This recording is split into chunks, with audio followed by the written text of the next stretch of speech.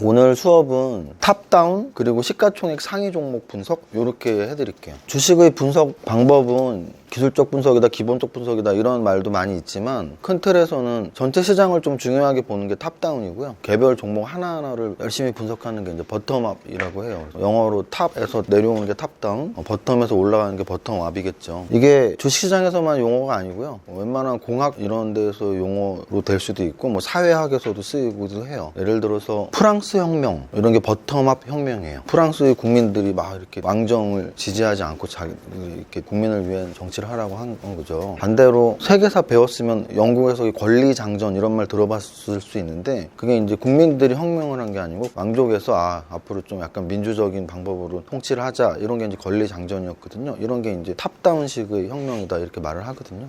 주식시장에서 아까도 말씀드렸지만 위는 이제 결국 시장 전체고요. 이제 아래는 종목이잖아요. 우리나라도 시장이 코스피 시장이 있고 코스닥 시장이 있어요. 그래서 원래 코스피는 거래소 시장이라고도 예전에 해서 제가 이렇게 말만 만들어내는 거 좋아하잖아요. 소시장, 닭시장 이렇게 해도 돼요. 거래소, 코스닥. 소가 더 크죠? 거래소 시장이 훨씬 큰 시장이에요. 거래소 시장이 삼성전자는 지금 요즘 좀 한 450조까지 떨어지긴 했지만 500조까지 갔을 때가 있었죠. 코스닥의 시가총액 1위라고 해봐야 10조, 20조예요. 완전히 규모가 거의 10배 이상 차이 납니다. 큰 시장이 거래소, 작은 시장이 코스닥. 코스닥, 나스닥, 또 일본에는 자스닥이라는 시장이 있었어요. 요즘에 없어진 것 같은데. 그러면 닭이 왜 들어가 있냐면 뭐 영어의 약자겠죠. 근데 어쨌든 약간 벤처기업들 상장을 활성화시키기 위해서 만든 시장이에요. 우리나라 코스닥 시장도 제가 막 주식 시작할 때쯤에 생겼어요. 97, 8년쯤에 생긴 걸로 기억해요. IMF 직후는 아니고 끝날 때쯤이었던 것 같아요. 그때 이제 큰 기업들도 망하고 작은 기업들도 망하고 다 망했단 말이에요. 창업가 정신을 좀 이렇게 돋고 기업들 좀 만들어봐 그러면서 벤처 기업들의 지원을 많이 했는데 그 중에 하나가 상장을 쉽게 시켜주는 거였어요. 그런데 거래소 시장이 시켜주기엔 좀 껄쩍지근하고 또 미국에 마침 나스닥 시장이라는 게 활성화되어 있었기 때문에 우리나라도 아예 시장을 하나 만들었던 거죠. 코스닥 시장을. 그럼 탑다운으로 볼 때 이런 시장들 중에 무엇을 중요하게 보면 되냐면 제일 중요한 건 미국의 나스닥이나 다우 정도예요. S&P 시장도 있어요. 그리고 3대 시장이라고 하는데 그 중에서 대부분 그냥 다우 지수가 제일 중요하고 그 다음 나스닥, 그 다음 S&P 이 정도로 보고 있습니다. 그 다음 이제 우리나라 코스피, 코스닥 그리고 우리가 이제 아시아니까 유럽 증시를 그렇게 중요하게 볼 필요는 없어요. 예를 들어 뭐 과거에 유럽에서 이슈가 됐던 것들이 몇 가지 있었죠. 뭐 블랙시트 영국이 탈퇴하는 거, EU를 탈퇴했던 거, 또는 그리스나 이태리가 국가 재정 부도 위기에 있었던 거. 그럴 때만 좀 유럽 증시를 중요하게 볼 뿐이지 평소에는 중요하게 볼 필요가 없는 게 대부분의 전 세계의 나라들이 미국을 따라가기 때문이에요. 그래서 제일 중요한 건 미국을 먼저 보고 탑다운의 방법이에요. 미국을 먼저 보고 우리나라가 미국을 잘 따라가고 있는지 아니면 더 약한 상황인지 그리고 이제 아시아 증시권에서 우리나라의 위치가 어느 정도인지 이제 아시아 증시를 볼 때는 동남아시아를 볼 필요는 없습니다. 그러니까 이게 저런 거예요. 우리 롤모델을 좀 위로 잡고 따라하는 것처럼 주식시장도 마찬가지. 우리가 뭐 필리핀, 인도네시아 이런 증시를 볼 필요는 없어요. 우리보다 더 경제가 약한 나라이기 때문에. 그래서 아시아에서 해외 증시를 본다는 건 아시아 증시를 본다는 건 그 정도. 일본, 홍콩, 상해 뭐 그 정도에 만약에 하나 더 한다면 대만이 우리나라랑 좀 비슷하게 움직여요. 그러니까 대만이 그 국가 경제는 우리나라보다 규모가 작지만 산업의 구조가 비슷해요. 반도체가 강하기 때문에 우리나라도 반도체 1위 기업이 삼성전자인 것처럼 대만도 마찬가지예요. TSMC가 1위 기업이잖아요. 그래서 그렇게 좀 비교를 하면 될 것 같아요. 탑다운 분석상 시장의 분석이 중요한데 거기서 말하는 시장은 해외 증시가 있고 우리나라 증시가 있다. 우리나라 증시는 소시장, 닭시장이 있다. 해외는 미국, 아시아만 보면 되는데 아시아에서는 우리보다 잘 사는 나라들 일본, 중국, 홍콩 하나 더 하면 대만 이 정도예요. 그러면 한번 시장을 제가 보여드릴게요. 차트를 보는 법을 가르쳐주지 않았지만 지금 이건 오늘 분차트 거든요. 이렇게 떨어지고 있죠. 오늘 하루 종일 좀 힘이 없네. 왜냐면 내려가고 있다는 얘기예요. 지금 내려가면 힘이 없고 올라가면 힘이 좋고 올라가야지 여러분들이 돈을 벌잖아요. 이쪽으로 올라가야 돼요. 이쪽이냐 이건 그래프는 늘 이쪽으로 가는 거예요. 그래프 이렇게 가고 X축 Y축에 있을 때 이렇게 가는 거예요. 지금 이쪽으로 올라가고 있으면 와 진짜 되게 강한 시장이구나. 잘 못 가고 있으면 약한 시장이구나. 그게 차트 보는 법이에요. 보면 바로 알 수 있어요. 다우, 나스닥, S&P 500 정도가 3대 지수예요. 이 아래는 지수 아니냐? 이거는 업종 지수일 뿐이잖아요. 반도체 업종, 인터넷 업종, 뭐 네트워크 업종, 생명공학 업종이니까 뭐 업종 지수까지 굳이 볼 필요는 없어요. 전문가가 아니고. 근데 이제 요 세 개 지수 정도 중에서 하나만 보면 그냥 다우 지수만 봐도 되는데 비슷비슷하니까 어차피. 근데 이제 나스닥이 좀 더 강할 때가 있어서 나스닥과 같이 보는 게 좋아요. 왜냐면 우리나라도 미국을 이제 따라가니까 미국의 나스닥이 더 강할 때는 우리도 코스닥이 더 강하고 그런 모습이 나옵니다. 이게 지금 미국의 나스닥이에요. 그럼 딱 봐도 뭐라 그랬죠? 이렇게 올라가면 돈 버는 사람이 많으니까 다 기분 좋고 강한 장이에요. 그러면 이게 지금 어제란 말이에요. 어제가 최고가 써 있는데 이게 그냥 요즘의 최고가인지 아니면 역사적 최고가인지를 보려면 이렇게 보면 돼요. 역사적으로 최고가다. 그 얘기는 뭐다? 매일매일 올라서 매일매일 산 사람들이 돈 벌고 있다. 아주 강한 장이란 뜻이에요. 그럼 세계의 다른 증시하고 비교하면 미국이 가장 강합니다. 그래서 거기에 분석은 두 가지가 있어요. 미국이 가장 강한 이유는. 근데 하나는 글로벌 기업이 시가총액 상위를 차지하고 있기 때문이에요. 예를 들어서 우리나라 1위 기업인 삼성전자도 역시 글로벌 기업이죠. 반도체 뭐 우리나라에서만 파는 게 아니니까. 스마트폰도 마찬가지고 가전제품도 마찬가지고. 우리나라 시가총액 1위 기업이 삼성전자예요. 3위 기업이 네이버예요. 근데 저는 미국 사람들이 네이버 쓴다는 말은 잘 못 들어봤거든요. 뭐 라인 정도는 일본에서 쓰겠지만 미국의 기준으로 보면 미국은 1위 기업이 애플이에요. 근데 그저껜가 애플은 경제신문지에 크게 나왔습니다. 뭐가 나왔냐면 여태까지 세계에서 시총 3,000조를 최초로 돌파한 기업. 이 역사적 신고가 계속 가니까 미국 기업들도 주가가 계속 올랐을 거 아니에요. 근데 이제 가장 최근에 3,000조를 돌파했어요. 그럼 삼성전자는 얼마 정도냐면 잘 나갈 때가 한 500조 됐고 지금 한 450조. 그러면은 3,000조하고 500조면 6배 차이잖아요.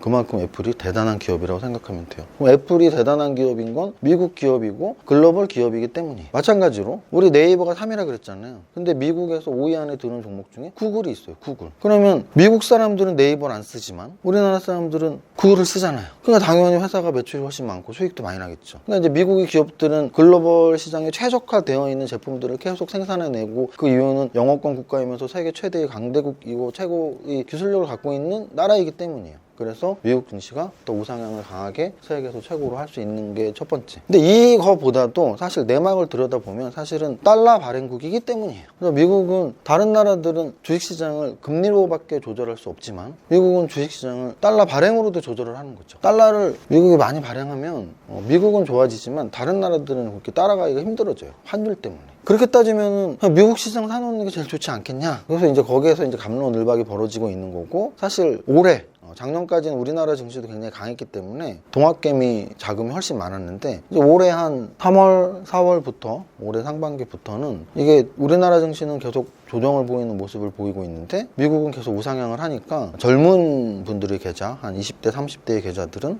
미국으로 이탈되는 것들이 많이 보이고 있다 이런 기사들이 많이 나옵니다. 그래서 미국으로 이탈하는 이유는 그냥 딱 봐도 미국은 계속 상승하는데 우리나라는 조정을 받고 있기 때문이고 미국만이 나홀로 상승하는 이유는 달러 또는 글로벌 기업 이 두 가지를 기억하고 있으면 돼요. 이런 게 탑다운이에요. 이제 미국은 좋은데 우리나라는 어느 정도 지금 이제 우리나라 차트를 보면 되죠. 우리나라 차트는 거래소, 코스닥 이렇게 두 개 있다 그랬죠. 똑같이 얼봉으로 볼까요? 이게 우리나라예요. 왠지 미국하고는 좀 다른 느낌이죠. 왠지 다른 느낌이에요. 최근 3개월 동안 조정도 그렇고 이렇게 미국은 쭉 올라가는 느낌이었다면 이렇게 좀 왠지 이렇게 좀 조정도 좀 많이 받은 것 같고 거래소하고 코스닥은 굳이 구별해서 두 개를 볼 필요는 없고 비슷해요. 근데 이제 어떨 때 조금 더 거래소가 강하냐 어떨 때 조금 더 코스닥이 강하냐는 미국 증시랑 비슷할 때가 많아요. 그러면 요즘에 다우보다 나스닥이 더 강하거든요. 그러니까 이제 거래소보다 코스닥이 더 강한 거예요. 그럼 나 차트 못 배워서 모르겠는데 그냥 못 배운 거 생각하지 말고 보세요. 이거 떨어진 거야. 이게 오른 거야. 이게 오른 게 지금 거의 여기까지 올랐잖아요. 근데 얘는 그거까지 못 올랐어. 여기가 더 강해 보여 여기보다. 그래서 요즘 코스닥이 더 강한 거야. 아까 월봉으로만 봐서 비교가 좀 안 되는데 나스닥을 이렇게 일봉으로 한번 봐주면 계속 오르고 있죠. 지금 나스닥은 계속 오르고 있는데 왠지 이렇게 좀 빠져있던 느낌이죠. 그러면 아시아에서 일본을 볼까? 일본? 우리나라 거래소하고 이게 일본이에요. 어디가 더 강해 보여요? 이게 더 강한 거야. 왜? 최근도 비슷한데 여기를 보세요. 여기 그래도 이렇게 오르다가 이렇게 빠졌잖아요. 근데 얘는 여기서 이렇게 빠졌잖아. 이해가 가요? 여기보다 여기가 최고점이 높아서 여기 찍혔잖아요. 최고점이. 근데 여기는 최고점 찍히고 한 번도 고점을 돌파를 못했잖아. 그럼 이게 우리나라보다 약한 거야. 일본을 꺾었네? 꺾었어요. 올해 주가 지수는 일본보다 우리가 더 강해. 아까 말했던 중국. 중국은 그건 이제 상해지수랑 심천지수가 있는데 상해지수가 더 규모가 크니까 상해지수를 보통 보는데요. 여기도 똑같아요. 여기 고점을 찍었는데 이렇게 돌파 못하고 있어. 요즘에 조금 세졌지만. 그래서 우리나라가 올해 들어서는 더 강했던 거예요. 우리나라 시장이 아시아에서 대만 다음으로 좀 강했던 것 같아요. 아마도 반도체 업종이 시가총액 1위인데 반도체 지수가 좋았단 말이에요. 그래서 그 영향이 좀 크지 않았나 싶어요. 그래서 탑다운으로는, 그러면 이제 탑다운을 왜 하냐면 이런 거예요. 주식을 해야 되는 시기 또는 안 해야 되는 시기가 당연히 상승장에서는 주식을 하는 게 맞고 하락장에서는 안 하는 게 맞죠. 근데 우리가 그걸 맞추기가 힘든 거죠. 상승장이다 하락장, 그거를 맞추기는 힘들지만 예측이라도 하려고 보는 거예요. 그럼 우리가 예측을 할 때는 과거 이런 패턴들을 보면서 미래를 예측하는 게 이제 패턴 분석이라고 하는데요. 우리나라의 패턴을 제가 한번 보여드릴게요. 어떤 장에서 주식을 했어야 되고 어떤 장에서 안 했어야 되는지. 이게 우리나라의 연봉이에요. 연봉은 이제 이거 하나가 1년짜리란 얘기예요. 일봉은 이게 하나가 하루짜리란 얘기고, 월봉은 이게 한 달짜리란 얘기예요. 그럼 이게 올해, 작년, 재작년 이렇게 보면 돼요. 그럼 제가 주식을 시작했던 건 요 IMF 직후입니다. 여기가 97, 98, 99예요. 그럼 우리가 IMF 사태라고 할 때가 97, 98이죠. 그때가 여기죠. 그래서 이렇게 박살난 걸 알 수 있어요. 여기 IMF 때. 그러면 요 IMF 3년 동안은 주식을 결과적이지만 하는 게 좋았겠어요? 안 하는 게 좋았겠어요? 안 하는 게 좋았겠어요. 그게 탑다운의 유리한 점이에요. 탑다운을 예측하지 않고 시장을 모른다면 그냥 종목만 맨날 분석하겠죠. 진짜 좋은 종목을 골라서 여기서 샀어도 100% 100점 100패였을 거예요. 왜냐면 시장이 망가지면 제 아무리 잘났어도 혼자 가기가 쉽지가 않아요. 물론 100종목 중에 한 종목 정도는 올라갑니다. 근데 내가 좋다고 생각한 그 고른 종목이 100종목 중에 한 종목의 대락률은 1%밖에 안 되는데 99%의 떨어질 확률을 감수하면서 굳이 그 한 종목 1%의 확률로 살 필요는 없겠죠. 그래서 하락장이나 상승장이나의 판단이 굉장히 중요한 거예요. 그게 탑다운의 가장 큰 장점이고요. 그러면 IMF가 끝나는 요 지점부터는 샀으면 굉장히 큰 돈을 벌었겠죠. 왜냐면 이게 280 정도 돼요. 이때의 저점이 1988년 10월이 IMF 저점이었어요. 277이죠? 저점이 277. 요게 역사적 저점이니까 뭐 포인트까지 기억하고 있으면 어디 가서 잘난 척하기 딱 좋죠. IMF 때부터 주식했다가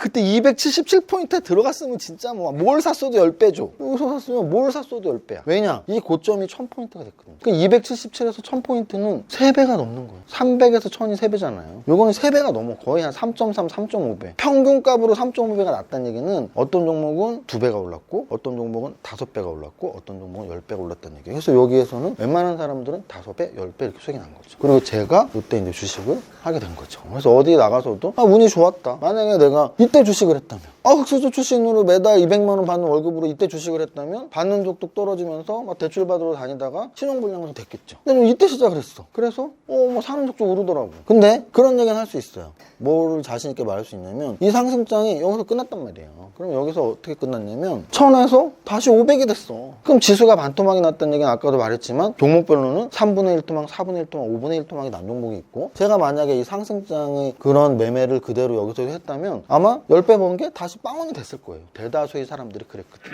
제 주변에 이때 돈 벌었던 몇몇들이 있었는데 이때 그냥 다시 다 원위치가 됐어. 왜냐면 상승장의 매매 전략을 계속 사용했기 때문에. 근데 저는 그렇지 않았죠. 왜냐면 저는 이 전부터 경영학 공부하면서 재무관리 공부도 하고 회계학 공부도 하고 주식책도 사서 보면서 돈이 없을 때부터 주식시장에 대해서 연구를 했기 때문에 이 상승장을 하면서도 이거 하락장으로 전환할 수 있는데 내 돈을 어떻게 지켜야 되지? 이런 생각이 있었기 때문에 이때부터 이거 하락장 전환했나 보다. 너무 공격적으로 하면 안 되겠네. 그러니까 제 돈을 지킬 수가 있었죠. 그래서 주식에서 공부가 중요하다고 하는 거예요. 만약에 이런 걸 모른다면 지가 잘난 잔다니까. 여기서 뭘 샀는데 5배를 벌었으면 100% 사표냅니다. 요즘만 돈 벌어서 그때는 더 많았어요. 요때 진짜 사표낸 사람 진짜 많았어. 왜냐면 요때가 코스닥 시작했을 때고요. 새로운 기술이 100배가 났을 때야. 새로운 기술이 100배가 났어요. 100배. 1억을 투자했으면 100억이 됐단 말이에요. 그래서 여기서 새로운 기술 부자가 많이 탄생했습니다. 이때 무슨 얘기들이 있었냐면 이런 말 하긴 뭐하지만 유흥업소 마담들이 떼돈을 벌었던 시기에. 왜냐? 벤처기업 사장들이 술을 먹고 결제를 지네 주식으로 했거든. 진짜로. 벤처기업 사장들이 지네 주식으로 했어. 술을 먹고. 한 달에 돈 1000만 원어치 먹죠. 한 번 가면 2, 300만 원 쓰니까 1000만 원어치 주식으로 결제를 했는데 그 주식이 상장이 돼서 10억, 20억, 30억이 된 거예요. 그래서 마담들이 떼돈을 벌었어. 요 당시에. 실제로. 근데 그 떼돈 번 것들이 다시 다 휴지가 되는데 1년밖에 안 걸린 거죠. 새로운 기술도 마찬가지였어요.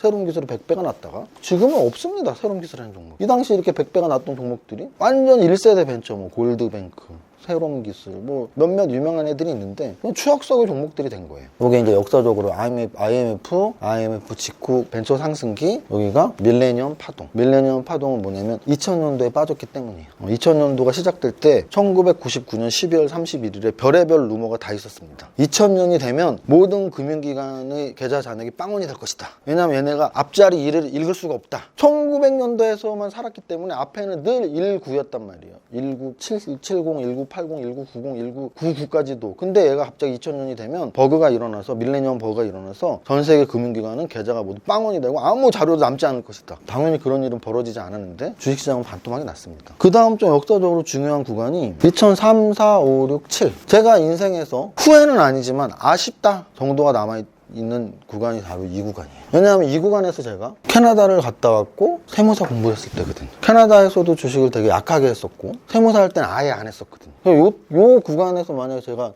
캐나다도 안 가고 주식을 계속 했더라면 지금은 뭐 몇 대 그룹이 돼 있을 수도 있어. 요 구간을 주식 안 했거든요. 별로. 와, 이때가 진짜 날아갈 때인데. 요때가 이제 뭐 현대중공업, 여기가 이제 벤처기업들이 올라가고 또는 SK텔레콤이 막 많이 올릴 때예요. 근데 이때는 이제 우리나라의 산업 중에서 조선업이 이제 우리나라가 막 1위를 할 때예요. 조선업들, 태양광이 막 시작할 때예요. 그래서 뭐 동양제철화학이나 이런 태양광 관련주들 이런 애들이 여기서 이제 크게 올랐었죠. 근데 요 5년 연속 올라간 걸 제가 지금 찍어드렸냐면 우리나라에 이게 1년의 연봉이라 그랬잖아요. 그럼 파란색은 떨어진 거라니까. 그것도 아직 모르면 여기 그래프가 이해가 안 갔을 수도 있는데 파란색은 연초부터 연말까지 떨어진 거야. 연초부터 연말. 빨간색 오른 거야. 여기 연초, 연말. 그래서 그렇게 보면은 이게 쫙 흐름이 생각나는 거죠. 왜냐면 이거 1년 내내 떨어지다가 연말이죠, 이게. 연말에 떨어졌죠. 연말에서 그 다음에 연초부터 오른 거야. 이렇게 보면 되는 거야. 그럼 이때는 주식 안 해야 되고 해야 되는 거죠. 근데 잘 보세요. 5년 연속 상승한 적이 요때가 처음이었고요. 요때가 두 번째였습니다. 근데 정말 재밌는 건 요때하고 요때가 통치자로서는 양극단의 평가를 받는 통치자들이에요. 누구랑 누굴까요? 전두환, 노무현. 이게 임기예요. 정확히 임기. 노무현 1년차, 2년차, 3년차, 4년차, 5년차 요 12월에 정권이 바뀌거든요. 바뀌었던 게 누구냐면 이명박 대통령. 이렇게 봐줬죠. 근데 물론 대통령의 잘못은 아닙니다. 왜냐면 이거는 우리나라만의 잘못이 아니고 금융위기였으니까. 근데 중요한 건 이 5년은 사실은 뭐 대통령이 잘했다고 할 수는 없지만 미국 시장보다 더 강했던 시기예요. 미국 시장이 이렇게 오르지 않았었거든요. 그래서 여기는 그러니까 우리나라 최고로 많이 올랐던 그 5년 동안 올랐던 시기고요. 이때는 이제 뭐 88 올림픽을 앞두고 있었던 시기예요. 88 올림픽을 앞두고 있었으면서 우리나라 막 건설주나 이런 건설 경기가 굉장히 좋았던 막 아파트 짓고 뭐 중동 경기 나가고 할 때가 이때입니다. 건설주 파동이 막 이를 만큼 굉장히 건설주 자고 일어나면 상한가 치던 시기. 근데 요게 이제 방금 전에 말씀드렸지만 영화화도 많이 되고 미국 영화에서는 빅쇼트라는 게 있어요. 그래서 이 미국의 글로벌 금융위기 때 다 돈을 잃었는데 하방으로 떨어지는데 파생 투자를 해서 돈을 번 한 3, 4명의 이야기가 옴니버스로 나오는 영화인데 글로벌 금융위기라고도 하고 리만 브로더스 파산 때였어요. 그래서 우리나라도 아니고 미국의 금융사들이 막 퍽퍽 썰어지던 시기 보시면 이 고점이 더 높죠. 여기는 이제 2000이 넘어요. 한 2150, 200 될 텐데 여기 저점이 892니까 요 고점에서 여기까지 한 1년 걸렸거든요. 여기 10월부터 여기 10월까지 1년 동안 지수가 반토막 이상이 났죠. 아까 말씀드렸지만 지수가 반토막 이상 난다는 건 종목들 중에는 막 3분의 1, 4분의 1 차라리 3분의 1이면 다행이지. 상장 폐지 되는 종목들이 많이 생겨요. 이럴 때는 부도 나갖고 이럴 땐 아무도 돈을 못 번다. 주식을 사서는 삼성전자도 반토막 나는 때다. 이렇게 생각하면 돼. 이게 탑다운의 중요성이라고요. 지수가 막 올라갈 땐 조금 종목 선정이 틀려도 수익이 나고 지수가 막 떨어질 때는 아무리 종목 선정을 잘해도 손실이 나고. 근데 이제 여기서 버텀업, 종목이 훨씬 중요하다고 하는 사람들이 논리는 뭐냐면 시장을 분석해서 예측하는 게 얼마나 힘든데 신이나 하는 거지 뭐 이런 내용들인데요. 그건 그렇게 반은 맞고 또 반은 틀려요. 그래도 예측하려고 노력해서 50% 이상의 예측력이 생기면 그거 자체가 나의 굉장히 큰 무기고 실제 미국의 굉장히 많은 파생 투자하는 기업들 중에는 시장 예측해서 떼돈 번 데가 얼마나 많은데 우리가 보통 시스템 트레이딩이라고 한단 말이죠. 시스템 트레이딩으로 돈 번 미국의 굴지 회사들이 굉장히 많아요. 우리나라 시총 기준으로 뭐 진짜 뭐 200조, 300조짜리 회사들이 있는데 그런 회사들 중에는 지수의 흐름 예측만 갖고도 수익을 냈다는 얘기죠. 그래서 여러 가지 과거의 패턴들을 연구해서 이런 패턴이 나오면 급락의 징후가 있는 거구나. 이런 패턴이 나오면 급등의 징후가 있구나. 그거를 연구하는 사람들이 계속 늘어나고 있는 추세예요. 왜냐하면 종목에서의 승부보다 사실 지수에서의 승부가 시스템 트레이딩이 훨씬 들어가기 쉽기 때문에 그래서 시스템 트레이딩을 하는 대부분의 사람들은 지수 연구를 하고 있습니다. 금융위기 이제 다음번에 급등이 오겠죠. 요 저점 아까 890부터 출발해서 여기 10월이었거든요. 그때부터 출발해서 계속 올라가는 겁니다. 근데 2년 동안 오르죠. 여기 고점 있는 거 보니까 요 연초까지 올랐다는 얘기예요. 많이 보는 사람 그렇게 생각할 수 있어. 여기가 연말이잖아. 이게 연말이는 아닐 거 아니야. 연말이고 연초 여기까지 올라갔다가 연말이고 연초 여기서 시작해서 더 오르다가 계속 떨어졌다가 연말에 다시 오게 떨어졌다가 다시 또 반등 중. 그렇게 다 봉을 정확히 이해하면 이거를 길게 안 봐도 1년의 흐름이 보이는 거예요. 연말, 연초. 그럼 이렇게 시작해서 더 올랐다가 계속 떨어졌다가 여기까지 떨어졌다가 여기서 끝나야 되니까 떨어졌다가 다시 좀 오르는 뭐 그 정도의 한 해가 나왔겠죠. 그래서 어쨌든 2년 몇 개월 동안 이제 반등이 일어나는 거죠. 그럼 요 당시에는 우리가 보통 차화정장세 그렇게 말하는 때예요. 차화정장세. 우리나라에서 과거에 장세 뭐 이런 것도 약간 말하면 벤처기업 장세가 있었고 전차장세. 전차장세는 삼성전자랑 현대차가 중심이 돼서 자동차 산업이랑 전기전자 산업들이 장을 이끌었을 때고 차화정장세 이럴 때는 이제 자동차, 차, 그리고 정유, 화학 이게 이제 차화정이거든요. 그럴 때가 이제 있었고 그 다음부터 여기서부터 여기까지 거의 뭐 한 2009, 10, 11, 11, 12, 13, 14, 15, 16 요게 하나, 둘, 셋, 넷, 다섯, 여섯 한 6년 정도 요게 이제 잃어버린 세월이에요. 미국만 잃어버린 세월이 있는 게 아니에요. 미국에 잃어버린 10년 있죠. 이게 우리는 잃어버린 시기고요. 요 잃어버린 시기가 이제 정확히 탄핵된 그분의 시기예요. 정치적인 건 아니지만 어쨌든 그런 요때가 이제 그런 전두환 그리고 마지막에 노태우 정권 여기가 노무현 정권 여기가 박근혜 정부 뭐 이렇게 보시면 돼요. 그래서 되게 밍숭맹숭하게 요거를 이제 요 시절에 우리가 좀 자조적으로 말할 땐 박스피라는 말을 많이 썼어요. 박스피. 아까 말했지만 거래소가 꼭 코스피라 그랬잖아요. 근데 코스피를 이 당시 코스피를 박스피라고 했다. 그럼 박스피는 뭐냐면 그냥 박스. 우리 주식시장에서 원래 박스권이라는 용어가 있거든요. 박스권은 사각형이잖아요. 이렇게 사각형을 그려서 박스권의 저점, 박스권의 고점. 그럼 박스권의 매매 전략은 아주 간단합니다. 내가 사고 싶은 종목이 평소보다 좀 떨어지면 사면 돼요. 왜냐? 박스권의 저점을 찍으면 다시 올라갈 테니까. 1년에 한 번씩 기회를 줬겠죠? 저점에 사서 고점에 팔고 저점에 사서 고점에 팔고 저점 사도 고점 팔고를 6년 내내 할 수 있었던 거예요. 그래서 우리나라의 투자자들이 대부분이 저점 매수 고점 매도에 굉장히 익숙해져 있었던 시기입니다. 요때의 투자 전략 강연회 같은 거 누가 한다고 하면 거기에 뭐 인벨로프 전략의 창시자 뭐 인벨로프 전략의 대가 이런 게 막 있는데 인벨로프 전략이 뭐냐면은 딱 그거거든요. 떨어질 때 지지선 3개를 잡아서 한 번씩 사서 그러면 무조건 반등을 준다 뭐 이런 전략이에요. 마틴게일 기법인데 그건 이제 카지노의 전략이에요. 저는 모든 취미를 책으로 배우는데 카지노 관련 책도 저희 집 한 3권 정도가 있습니다. 어느 책에도 다 마틴게일 전략이 나와요. 마틴게일 전략은 뭐냐면 내가 무슨 바카라 같은 거를 홀짝 게임이에요. 무조건 이거 마틴게일 전략은 홀짝에서만 맞는 게임인데 홀과 짝을 갈 때 최초에 1달러만 가는 거예요. 맞추면 내가 1달러를 버네요. 틀리면 그 다음엔 2달러를 가면 돼. 맞추면 아까 1달러 이런데 이번에 2달러 갔으니까 1달러를 버는 거죠. 그럼 1달러, 2달러 다음엔 3달러를 가면 되냐? 아니에요. 4달러를 가야 돼. 왜냐면 난 이미 2라고 이 3을 잃었거든. 1달러도 벌으려면 4를 가야 돼. 4 다음엔 8을 가고. 무슨 얘기냐면 내가 계속 배수로만 간다면 나는 언제 맞아도 1달러가 맞아요. 1달러를 벌어요. 이게 마틴게일 게임이에요. 그럼 마틴게일 게임에서 내가 1달러를 언제가 됐든 벌 수 있는 조건이 2가지예요. 하나는 언젠가는 내가 건 게 맞아야 돼. 근데 확률적으로 한 번도 안 맞고 무한대로 갈 수 있는 건 수학적인 거죠. 수학적으로는 홀만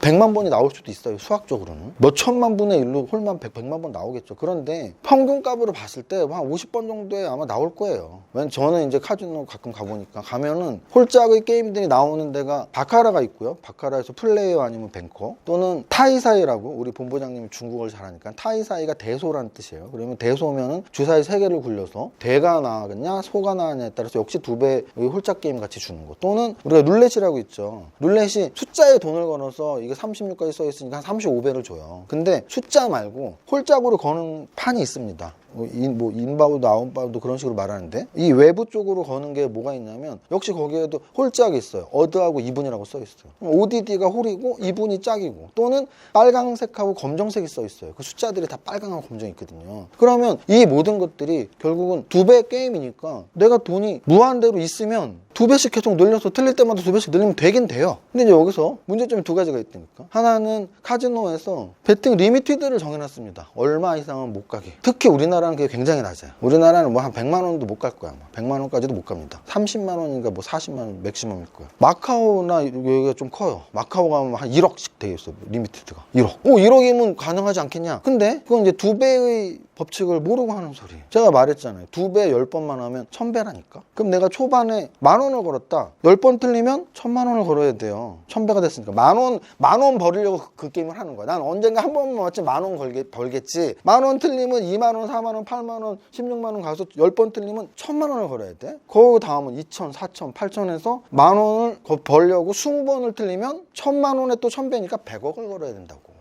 근데 내가 장담하는데 카지노에서 홀짝홀짝 이게 전광판에 나와요. 바카라도 나오고 다 나와. 타이사이도. 내가 25번까지 봤어.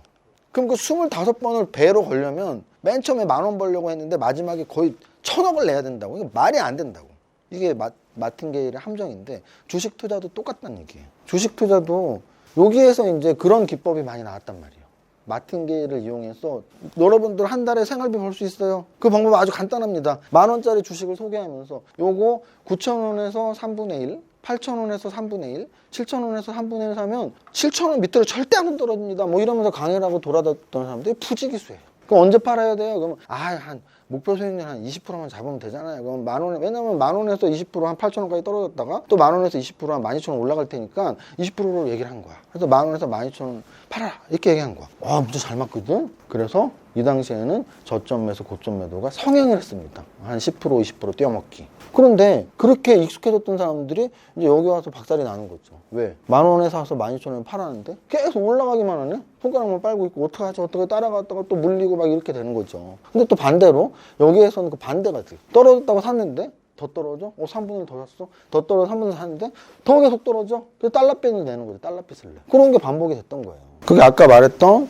2017에서 2018년 요게 이제 상승장, 요게 박스피를 돌파했던 1년이고요. 그 다음에 1년이 다시 도루묵으로 내려오는 1년. 그러다가 이렇게 또 옆으로 갔는데 요게 이제 마지막 하락이었던 거죠. 요걸 하락장이라고 본다면 요 한 2년 정도 되는 요 하락장이 마지막 하락. 그럼 우리가 여기서 지금 알 수 있는 게 IMF에 완전히 1000포인트에서 277까지 갔잖아요. 근데 277 바닥 찍고 막 10배씩 올라가는 큰 장이 나왔다고 했죠. 그리고 금융위기가 2008년에 1년 동안 2100포인트에서 899까지 빠졌다 했죠. 근데 바로 그 다음에 역시 그걸 다 회복하는 급등이 나왔죠. 그러면 정말 막 종목들이 5배 10배 올라가는 급등은 급락을 1년 이상 한 이후에 바로 나온다는 거예요. 바로 그게 찬스는 바로 나오는 게 찬스지 또 몇 년 지나면 박스권이거든. 그러니까 매매 전략이 달라야 된다는 얘기는 급락장을 잘 피하고 있다가 언젠가는 급락장이 바닥이 된다. 왜 언젠가는 바닥이 되냐면 종목 하나하나는 바닥이 없을 수도 있어요. 주식시장에서 제일 무서운 게 바닥이야인데 왜 바닥이야가 제일 무섭냐면 이게 바닥인 줄 알았더니 여기가 바닥인가요? 여긴 13층이 바닥이에요. 이거 바로 아래 12층이 바닥이 있고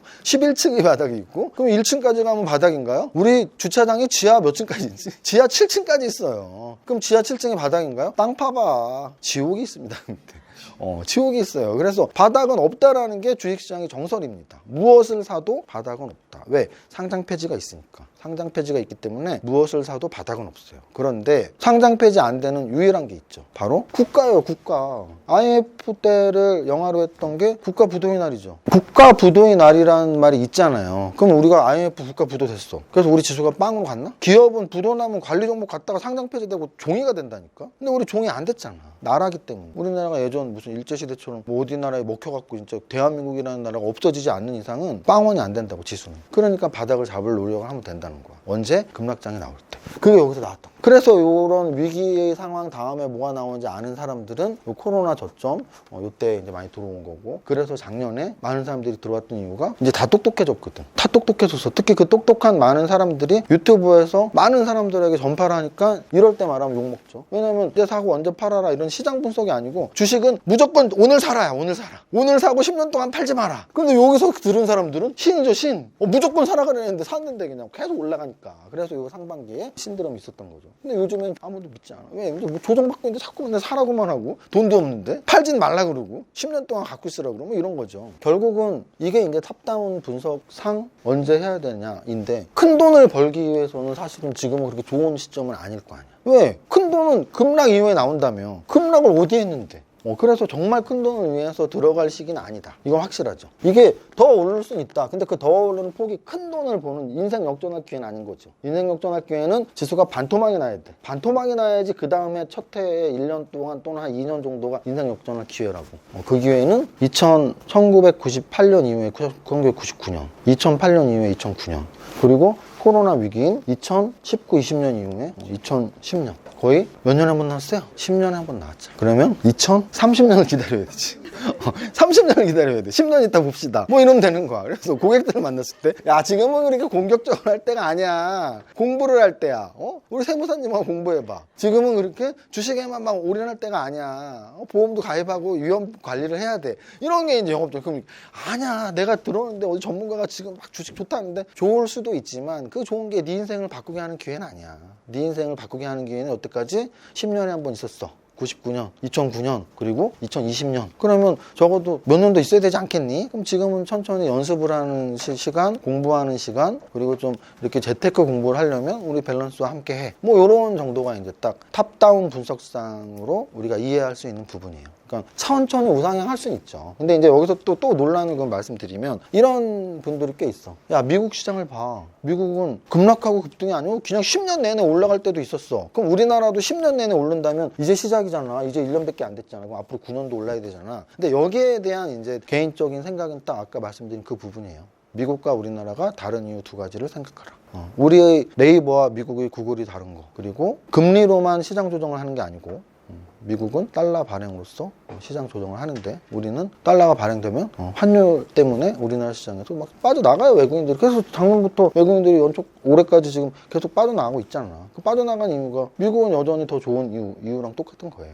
그렇게 보시면 되고, 이렇게 보면 이제 지수를 본 거잖아요. 그럼 지수를 본 다음에 볼 게 산업이에요. 근데 산업은 제가 아까 말씀드렸지만 업종별 산업 지수가 있는데 업종별 산업 지수, 뭐 반도체 지수, 제약바이오 지수 이런 거를 보지 말고 시가총액 상위를 보는 게 훨씬 좋다. 왜냐면 ETF를 사면 모르겠는데 ETF를 사지 않는 이상 어차피 종목을 선정해야 된단 말이에요. 그러면은 얘네들이 그 업종이 대장주이기 때문에 업종이 대장주도 보면서 업종 분석도 하면서 업종의 탑픽 종목이 뭔지 한 번에 다 볼 수 있는 게 바로 이 부분이에요. 그래서 이걸 이렇게 봐야 되고, 요건 이제 상식적으로도 좋아. 왜냐면 우리가 여러분들 고객을 만났을 때 저 무슨 회사 다닙니다 그럴 거 아니에요. 그게 상장 기업이고 좀 큰 회사면은 아는 척 하면 좋잖아요. 요 순위를 기억하세요. 누군가를 만났는데 나 크래프톤 다녀요 그러면 그 뭐 프랑크톤? 막 이러면서 못 알아들으면 그 사람은 굉장히 자존심 상하겠죠. 나는 좋은 회사하고 우리 회사 막 상장됐는데 프랑크톤 어쩌고 하면, 근데 크래프톤 듣자마자 크래프톤 24조 NC소프트보다 더 좋은 회사, 심지어 어디보다 더 좋아요. 우리가 알고 있는 LG생활건강, LG건강, SK텔레콤보다 더 좋은 회사. 더 좋다는 기준은 뭐라고요? 바로 시가총액. 시가총액으로 우리가 더 좋은 회사, 안 좋은 회사를 보시면 돼요. 그럼 여기서부터 우리나라에서 제일 좋은 회사 순위라고 보시면 돼요. 그잖아. 우리 집을 생각하면 돼요. 집이 막 새로 졌고 학교 바로 옆이고 집이 엄청 깨끗하고 너무너무 마음에 드는데 그 집이 10억짜리 집이야. 압구정동 현대아파트 주차하려면 막 아저씨가 막 넣었다 뺐다 해야 되고 지하 주차장도 없고 막 수돗물도 안 나오고 녹수물 나오고 하는데 50억이야. 그러면 50억짜리 현대아파트가 좋은 거예요? 아니면 내 친구가 사는 깨끗한 새로 분양받은 10억짜리가 좋은 거예요? 50억짜리가 좋은 거예요. 자본주의 사회잖아요. 너무 당연한 거예요. 너무 당연한 거야. 오늘도 기사에 나왔던데 샤넬백 가격 더 올렸다. 왜 더 올리냐? 올려도 줄질 않아. 수요가 줄질 않는다. 원래 수요 공급의 법칙이 대다수가 맞아 떨어지는데 유일하게 안 맞아 떨어지는 시장이 명품 시장인 거거든요. 그건 제가 지난번 어딘가 어디서 강의할 때 말했는데, 명품 시장은 안 맞아. 원래 우리가 뭐 야채를 사건 생선을 사건 뭐를 사 먹건 가격이 싼 거에 더 사람들이 몰리고 가격이 올라가면 안 사거든요. 근데 명품 시장이 예외예요. 명품 시장은 1,000만 원짜리 2,000만 원도 올려도 수요가 하나도 줄질 않아. 그러면 이게 이제 경제학적으로는 탄력성인데, 탄력성이 완전히 비탄력적이라는 얘기. 비탄력적이다. 비탄력적이라는 게 무슨 말이냐면 가격이 떨어져도 올라가도 비슷한. 예를 들어 우리 주변에 명품은 사본 적이 없으면 쌀을 생각하면 돼. 쌀이 완전 비탄력적이에요. 쌀이 10kg에 10,000원이든 10만 원이든 우리는 한 달에 비슷하게 뭐 10kg만 먹어야 돼. 10,000원에서 10만 원으로 10배 비싸졌다고 쌀을 한 달에 10kg 먹던 사람 1kg 먹으면 죽어. 또는 싸졌다고 10배를 먹으면 역시 죽어. 배 터져갖고. 그냥 적당한 양을 매일매일 먹어야 되는 게 비탄력적이에요. 그러면 샤넬 같은 백이 왜 비탄력적이냐? 어차피 우리 같은 사람 못 사. 사는 사람들은 저기 돈 엄청 많은 사람들이고 그 사람들은 하나에 1,000만 원이든 2,000만 원이든 그냥 사. 가격표 보지도 않고 사. 그러니까 올릴수록 명품 기업들은 돈을 버니까 안 올리면 바보지. 그러니까 명품 가격은 절대 떨어지지 않아요. 불경기에도. 어쨌든 요게 이제 좋은 회사들은 회사의 가격이 이건 주가고 그 주가 곱하기 주식수가 시가총액. 시가총액이 큰 회사일수록 좋은 회사다. 그럼 이제 탑다운에서는 어떻게 적용하냐면 요거 이제 요런 회사들이 어떤 업에 포함되는지를 알면 돼요. 그러면 그걸 알면 우리나라 시장, 우리나라 산업 구조도 알 수 있고, 또 누군가를 만났을 때 무슨 내가 잘 이름 모르는 제약바이오 회사를 다니는 사람이야. 제약바이오 진짜 성장성 있는 회사 다니시네요. 삼성바이오로직스랑 셀트리온만 봐도 알잖아요. 뭐 이런 얘기만 해도 그 사람 엄청 고마워할 거야. 왜냐하면 이름도 없는 바이오 회사 말하면 보통 사람도 관심도 없거든. 근데 셀트리온처럼 앞으로 크게 될 회사, 좋은 회사 다니시네요. 뭐 연구원이신가요? 이러면 이 새끼 똑똑한데? 모르겠지. 이렇게 똑똑한 애한테 가입을 해야겠구나. 그럴 거 아니에요. 근데 뭐 아무 대꾸도 못하면 얘는 바이오 회사가 뭔지도 모르나 보다. 이럴 거 아니에요. 그럼 여기 업종들을 보면 삼성전자, SK하이닉스는 반도체. 그럼 어디 반도체 회사 다닌다는 소리를 들으면 삼성전자, SK하이닉스 뭐 그런 데 납품하나요? 뭐 그런 벤더 기업인가? 이렇게 물어봐도 되고, 네이버랑 카카오가 이제 우리 플랫폼 기업들, 삼성바이오로직스가 제약바이오, 삼성 SDI, LG화학 이렇게 이제 2차 전지 관련주들, 화학주이면서 2차 전지 관련주들, 자동차, 제약바이오. 이건 이제 은행업이에요. 뱅크가 들었으니까. 근데 이거는 보통 은행들하고는 달라요. 지점이 없잖아. 지점이 없는 인터넷 은행인 거죠. 인터넷 은행이 우리나라에 생긴 지 얼마 안 됐습니다. 제 기억에 한 4, 5년 전부터 생겼어요. 그래갖고 카카오뱅크랑 K뱅크 두 개가 생겼죠. 지금 하나 더 만든다는 얘기도 있는데 엄청 아마 몰릴 거야. 왜냐면은 성공을 봤거든. 그잖아요. 이거 처음 시작할 때 누가 할 거냐 엄청 많이 했는데 결국은 카카오랑 K뱅크 두 개 생긴 거예요. 그 당시가 굉장히 큰 이슈였어. 인터넷 뱅크를 누가 할 것이냐. 근데 완전 대성공이 난 거죠. 왜 대성공이 났어요? 시총이 중요하다 그랬죠? 39조? 오늘 엄청 떨어지네. 어제 42조였는데 39조, 40조죠. KB금융 20조, 신한지주 20조. 이거 두 개 합한 거란 말이에요. 제가 어제 유튜브에서 말했는데 이거는 60, 70대들이 들으면 까무러칠 얘기예요. 까무러칠 얘기. 우리 엄마도 알아, 국민은행. 제가 어렸을 때 초등학교 다닐 때 우리 시장 앞에 국민은행 있었거든요. 아직도 기억나요. 근데 카카오뱅크를 누가 알겠냐고. 우리 엄마한테 전화하면 카카오도 모를걸? 카카오뱅크를 어떻게 알아? 근데 얘의 크기가 신한은행, 국민은행 합친 것만큼이라는 게 이제 굉장히 시대가 바뀌는 거고, 여러분들 만약 카카오뱅크 다니는 사람 만나면 대단한 회사를 다니는구나. 대단한 회사를 다닌다고 생각을 하면 돼. 그럼 기아, 역시 자동차, 포스코가 이제 예전에 포항제철, 철강산업, 현대모비스는 현대차 그룹주이면서 부품을 만드는 자동차 부품. 크래프톤이 아까 말했던 우리가 소위 배그라고 하는 거죠.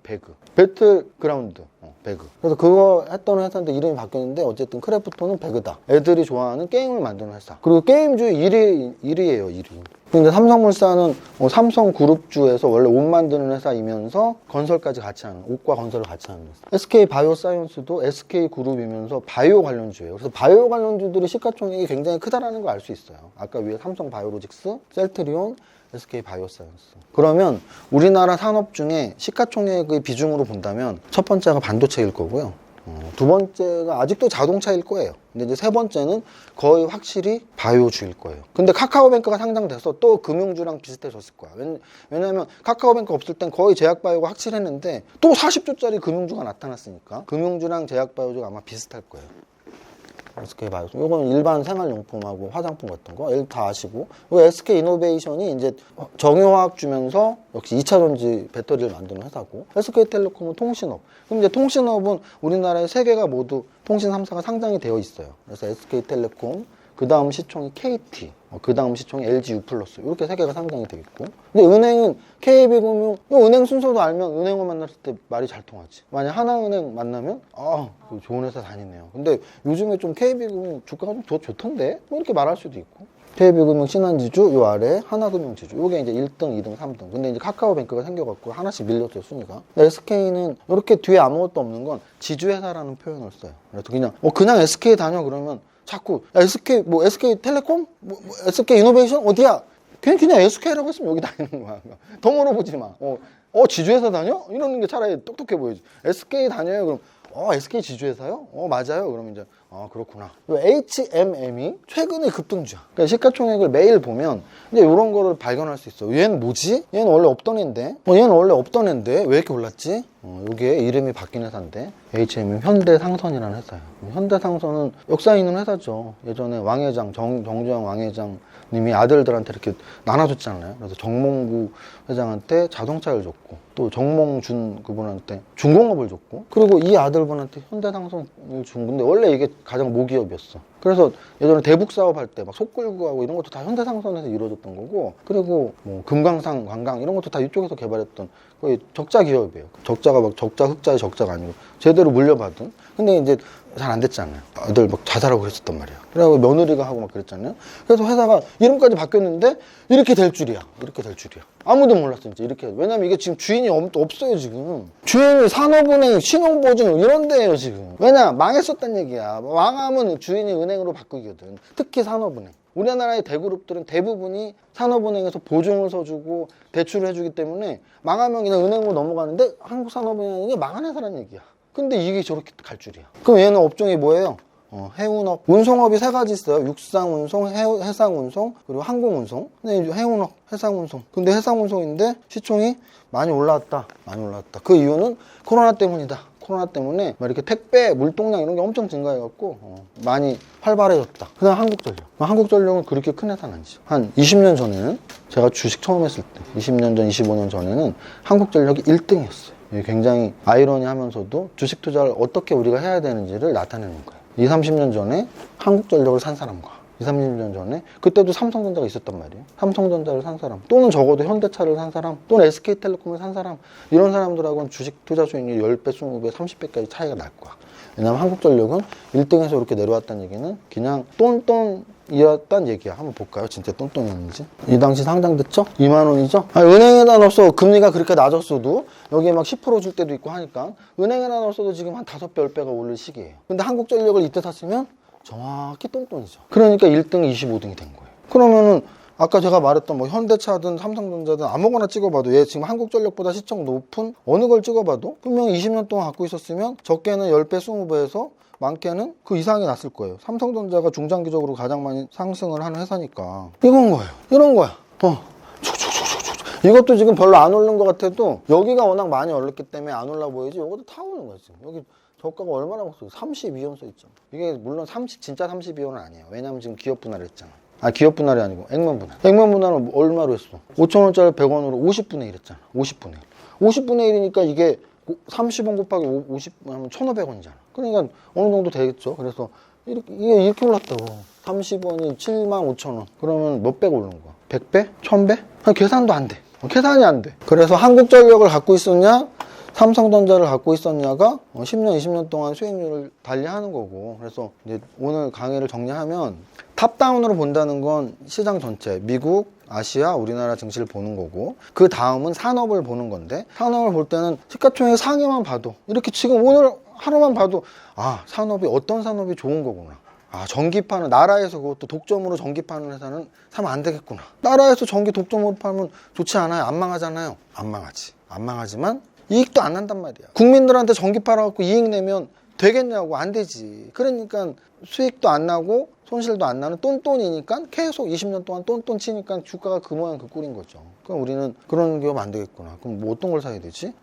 좀 성장하는 산업에 속해 있는 좀 재무제표도 좋고 차트도 우상향하는 그런 것들이 지금 제가 오늘 보여드린 몇 개 드리고요. 그래서 이렇게 탑다운을 할 때는 시장을 보고 산업을 보고, 산업은 시가총액 상위주로 충분히 볼 수 있다. 그래야지 상식도 늘어나고 어떤 산업에 시가총액 1위 기업이 뭔지도 알 수 있고 직관적으로. 그래서 그렇게 보고, 그럼 그 다음 단계는 뭐냐? 산업에 투자하려면 ETF를 하면 돼요. 사실은 전기 배터리가 좋다던데 전기차 ETF 하면 돼요. 뭐 네이버 같은 4차 산업혁명이 좋다던데 4차 산업혁명 ETF 하면 돼. 근데 이제 ETF 안 하고 종목 직접 투자를 하려면 그 산업 내에서 무엇을 투자할지, 아까 네이버, 카카오 둘 중에 무엇을 살지, 또는 네이버, 카카오는 아니지만 그런 굉장히 성장하고 있는 플랫폼 관련 산업을 종목을 살지, 그게 이제 종목 선정이에요. 그럼 종목 선정은 제가 말한 3박자 투자로 뭐 재무제표, 차트, 정보로 이렇게 하면 돼요. 이 정도가 오늘 강의 내용입니다. 지점장님이 질문할 거를 지금 간단히 해봤어요. 아까 손 들었죠? 백화점식으로 갖고 있어요. 아이씨.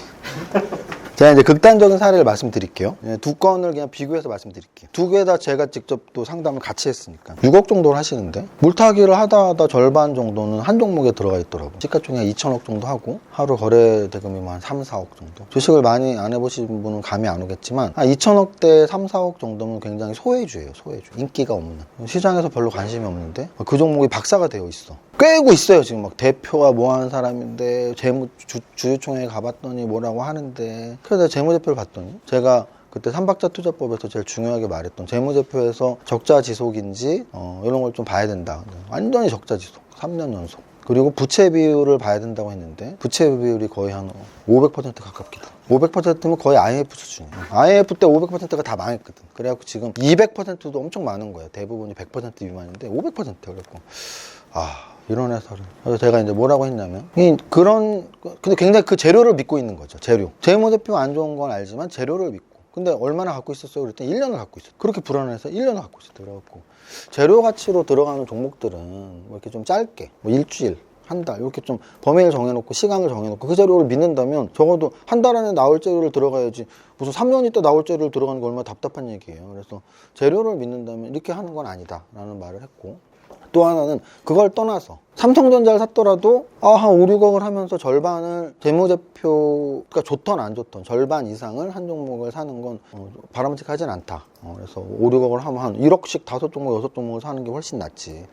대부분이 한 종목을 그렇게 많이 투자하신 분들이 공통점이 이 종목은 확실해요? 또는 이 종목을 내가 정말 잘하는데 진짜 나올 것 같아요. 근데 늘 똑같은 말을 하는데 그 정도의 노력으로 한 종목을 확신을 할 수 있다면 5종목을 확신하면 되잖아. 종목이 2,000개인데 2,000개에서 한 종목을 확신할 정도의 분석 노력을 하고 실력이 있다면 5종목을 확신하면 돼요. 그 얘기는 역으로 5종목을 못한다면 한 종목도 확신할 수 없다는 얘기거든요. 그래서 한 종목에 그렇게 50% 이상 그것도 부실주를 갖고 있는 거는 좀 별로라는 상담을 해줬어요. 근데 이거 역시 또 같이 있을 때 봤는데, 일단은 제가 첫날 말씀드렸잖아요. 이런 걸 받으면 일단 덮고 혼내면 됩니다. 왜냐하면 이 종목이 지금 여기 50개가 넘는데 이걸 언제 상담하고 있어? 볼 필요도 없죠. 볼 시간도 없어요. 50개를 즉석에서 어떻게 볼 거야? 요거는 만약에 받아오더라도 한 일주일 걸리겠네요. 너무 종목이 많습니다. 그리고 이렇게 투자하면 안 돼요. 그러면서 이제 하나 더 봐야죠. 이렇게 매입 금액 쪽을 이렇게 보면 매입 금액은 또 이렇게 천차만별이야. 어떤 거는 막 100만 원 산 것도 있어. 100만 원, 200만 원. 투자 금액이 막 한 2억 되는데 2억 중에 100만 원을 왜 사냐고. 2억 중에 100만 원이 더블 나서 100만 원이 나도 2억에서 100만 원이 산 게 더블이 나도 수익률로 2억 중에 100만 원이면 1%가 안 돼. 2억에 1% 200이란 말이에요. 근데 여기 좀 100만 원씩 산 거, 200만 원씩 산 것들이 있어요. 그런 거는 취미로 하는 것도 아니고 장난하는 것도 아니고 그러게 혼내면 돼요. 주식 돈 벌려고 하는 건데 뭐 하는 거냐 지금. 100만 원, 200만 원 한 건 종목도 볼 필요 없지. 팔아라. 이렇게 정리를 해줘야 돼요. 그리고 또 이제 종목이 많으니까 분명히 중복되는 애들이 있다고. 분명히 있어. 얼추 봐도 기아가 있고 현대모비스가 있고 네이버가 있고 카카오가 있고 이게 막 여기저기 퍼져 있어서 막 한눈에 안 보이지만 뭐 2차 전지가 한 3, 4개가 있고 반도체가 막 3, 4개가 있고 그래요. 그러면 이제 이거는 역시 포트폴리오 분석상 너무 많은 종목을 갖고 있었던 게 너무 적은 금액 투자한 것도 좀 별로고, 그리고 이제 중복되는 동종산업에 중복되는 종목도 정리를 시키면 종목 수가 많이 줄어들겠죠. 적은 금액 줄이고 또 동종산업의 종목들 중에 제일 엑기스 하나만 남겨놓으면 이 종목들은 10개 정도로 줄을 거예요. 거기서 1차적으로 그렇게 하고 그다음 그 10종목들은 이제 종목 분석까지 하면 더 고마워하겠죠. 종목 분석할 때 뭐 삼성전자나 뭐 기아차나 이런 좀 대형주들 아까 봤던 탑픽에 있는 종목들은 좋다고 해도 돼. 왜냐면 이게 저런 거예요. 삼성전자 좋다고 했는데 떨어져도 우리 절대 욕 안 먹어. 우리 때문에 산 것도 아니고 대한민국 국민이기 때문에 산 거야. 왜냐면 어디를 봐도 삼성전자 사라고 하니까 절대 나 때문에 산 게 아니라. 그래서 뭐 굳이 안 좋다고 할 필요가 없어요. 대형주들은 그냥 좋은 종목 샀네요. 근데 이제 중소형주에 대한 판단이 이제 제일 중요한 건데, 아까 제가 말했던 어제 그런 케이스처럼 뭐 적자 기업을 샀거나 그러면 거기에다 토를 달아주면 되죠. 재무제표상 이렇게 연속 적자 기업은 위험합니다. 재료 때문에 올라갈 수도 있지만 이렇게 단서를 달아야 돼요. 또 말이 아닌데 내일부터 올라갈 수가 있거든. 재료 때문에 급등할 수도 있지만 그 재료가 언제 나올지 모르니까 중장기적 관점으로는 보지 않는 게 좋습니다. 적자 지속 기업이네요. 뭐 이렇게 해주면 돼요. 근데 이제 중소기업인데 재무제표도 되게 괜찮은 애들이 있어. 그런 애들은 되게 알짜 중소기업 같고 좋아 보입니다. 이렇게 멘트를 달고. 그러니까 대형주는 나 아니어도 수많은 사람들이 적당히 좋다고 했으니까 대형주 간단하게 하면 되고, 중소형주가 포인트인데 적자 기업들은 좀 안 좋은 멘트로 달면 되고, 좀 흑자가 잘 나고 있는 좋은 기업들은 중소형주 중에 되게 탄탄한 회사네요. 뭐 이 정도로 하면은 이게 포트폴리오 분석을 해주시는 거예요. 여기까지 하면 되겠죠?